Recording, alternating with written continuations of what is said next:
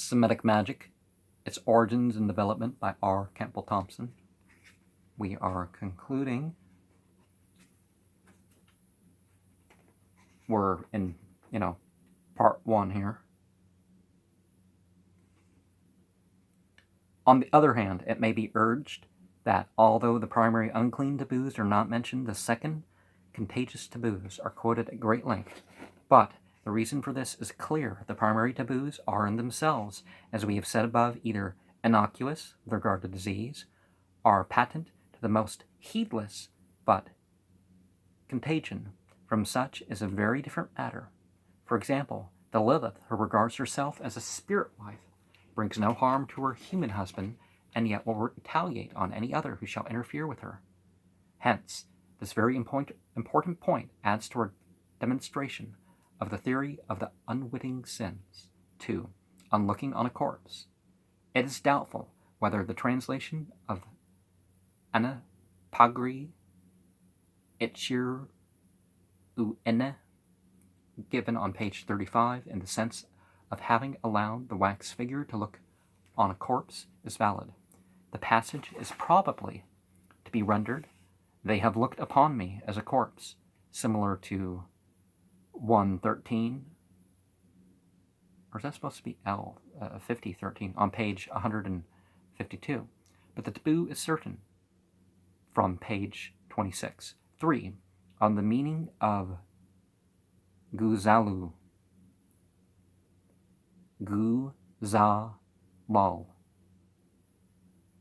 or Guzalu, which has been translated throne bearers. The Quran talks about the throne being borne by 8, for example. For Gish Guza, or Kusu, throne, and Lal, or Nashu, to bear.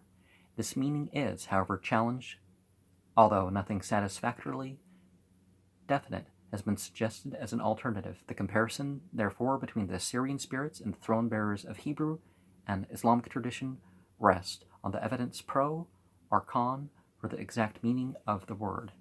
Well, different traditions describe things differently. Like people who I'm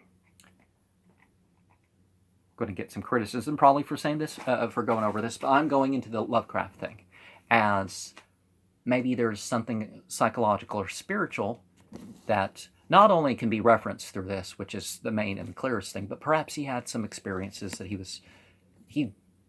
did have a nightmare life. But when you have different languages, now in Tonic has about a quarter of the words, there's not really a living meaning for it, so there's question about those words. The Quran, they know what all the words are, so at least there's that.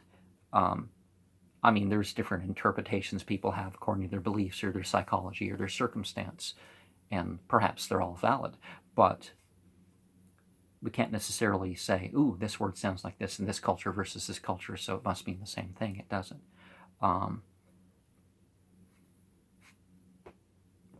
For additional note to page 76 on barren women touching the corpse of a man executed for murder. The remedy for sterility was for the woman who wished to become a mother to step over the corpse of an executed criminal, or into a basin of water which had been used to wash his corpse, or to tread on a human skull, or walk between the tombs of a cemetery, or step over some antique resemblance of a cat or other relic of old Egypt. Lord Cromer's Modern Egypt 2, 505. 5. Additional note to page 53 on the connection between Jonah and the moon. On the superstitions of the Arabs regarding the swallowing of the moon and the bearing of this. On the story of Jonah, see G.A. Smith, The Book of the 12 Prophets, 1899. Well, there's different variations of every path, and I don't mean to say per se variations, but traditions that have survived in some areas versus others. And let's not say that the Arab Jews are necessarily, that it's Arab customs per se. There never was one Judaism.